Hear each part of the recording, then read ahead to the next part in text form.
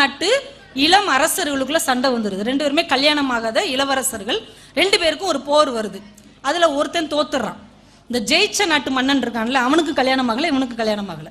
அவன் ஜெயிச்சவன் சொல்றான், அங்க பார், நீ என்கிட்ட தோத்துட்ட, ஆனா நான் உன்கிட்ட ஒரு கேள்வி கேட்கிறேன், அந்த கேள்விக்கு நீ சரியான பதில் சொல்லிட்டேன்னா உன் நாட்டை உனக்கே திருப்பி தந்துடுறேன். கேளுங்கண்ணா. இந்த கேள்வி என் காதலி என்கிட்ட கேட்டா, இந்த கேள்விக்கு பதில் சொன்னாதான் அவன் என்னை கல்யாணம் பண்ணிக்கிறவேன்னு வேற சொல்லியிருக்கிறான். அதனாலதான் அந்த கேள்வியை உன்கிட்ட கேட்கிறேன். கேளுங்க கேளுங்க, நான் எப்படியாவது விடை கண்டுபிடிச்சிடுறேன். அதாவது ஒரு பெண்ணின் ஆழ் மனசின் எண்ணம் எது அப்படின்னு கேட்கிறான். ஒரு பெண்ணின் அடி மனசுல இருக்கிற ஆழமான எண்ணம் எது, இதுதான் அவன் என்கிட்ட கேட்ட கேள்வி. இவனை யோசிச்சு பார்க்கறான், நம்ம பெண்ணின் மனசை பத்தி யோசிச்சதே இல்லையே அப்படின்னு. அவன் அவங்க நாட்டுக்கு போய் ஒவ்வொரு பெரிய அறிஞர்கள் சான்றோர்களை எல்லாம் போய் கேட்கறான். எப்பா, எதை வேணா கண்டுபிடிச்சிடலாம்ப்பா, கடலோடைய ஆழத்தை கண்டுபிடிச்சிடலாம், மலையோடைய உயரத்தை கண்டுபிடிச்சிடலாம், கடவுள் எங்க இருக்காருன்னு கூட கண்டுபிடிச்சிடலாம், ஆனா இந்த பெண்களுடைய மனசை கண்டுபிடிக்கவே முடியாதுப்பான்ட்டாங்க.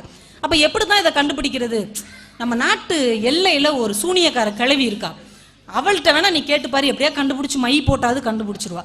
நேரம் அந்த கிழவிட்ட போனான். பாட்டி, நான் உன்ட்ட ஒரு கேள்வி கேட்கிறேன், அதுக்கு நீ பதில் சொல்லிட்டேன்னா நம்ம நாடு நமக்கு கிடைக்கும். அவன் அந்த காதலியை கல்யாணம் பண்ணிக்கிடுவான். சரிப்பா, ரைட், என்ன கேள்வி? உடனே இந்த மாதிரி கேள்வியை கேட்டோடனே அந்த கிழவி சொல்றா, இதுக்கு பதில் சொன்னா உனக்கு நாடு கிடைக்கும், அவனுக்கு காதலி கிடைப்பா, எனக்கு என்ன கிடைக்கும் அப்படின்னா. உடனே இவன் சொன்னா, நீ என்ன கேட்டாலும் நான் தர்றேன், ஆன்சர் மட்டும் சொல்லிட்டேனே, என்ன கேட்டாலும் தர்றேன்.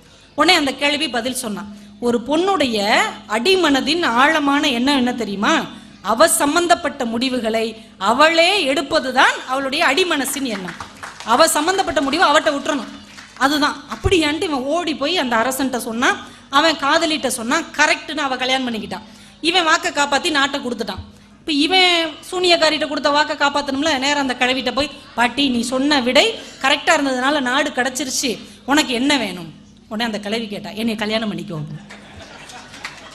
அப்படி மிரண்டுட்டான். என்ன பாட்டி சொல்ற, நீ என்ன கேட்டாலும் தர்றேன்னு சொல்லியிருக்கல, உனக்கு நாடே கிடைச்சிருக்குல, என்னை கல்யாணம் பண்ணிக்கோ.